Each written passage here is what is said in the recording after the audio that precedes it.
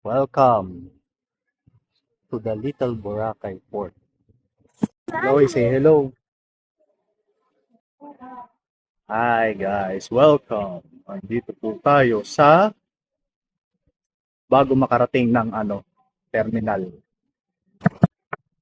Ang last na experience namin dito, nandun lang kami sa gitna ng dagat, tapos may mga nagtitinda sa gitna.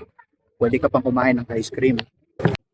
Kung wala pa kayong mga goggles dito, bumili na kayo. Dami nga pala mga transient house dito, kaya kung gusto nyo dito matulog, dami dito.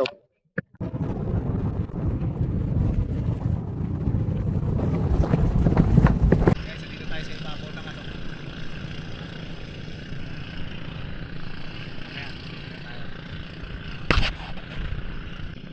Yung nag-stop over lang muna kami sa kasi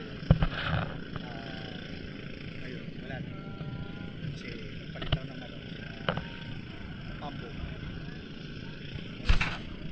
What's up guys? Andito na po tayo sa Little Boracay. So kung napapansin, kaya tinatawag na Little Boracay kasi yung buhangin dito maputi despite nasa beach sa tubig. So napapansin nyo, yung mga cottages natin lumulutang. Ayan, so courtesy of Addison, ito yung aming floating cottage.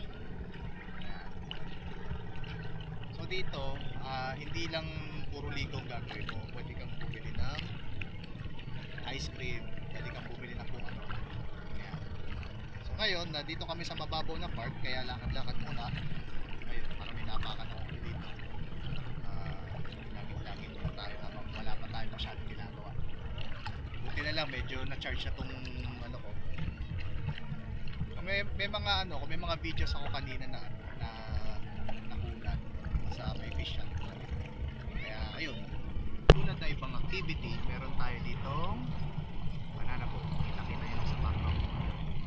Tapos kung gusto nyo naman, meron naman dito kayak. Ayan, pasintabi na lang sa mga makukunan na. Tapos pag wala kayong inumin dito, meron dumadaan. Ito, baka gusto yung dragon boat dito, mas mahaba pa sa banana boat. Ayan. Kapag feeling nyo mainit ang panahon, meron ditong nagtitinlang ice cream. Ayan. Meron siyang cornetto, meron siyang pinipig, merong ice puso.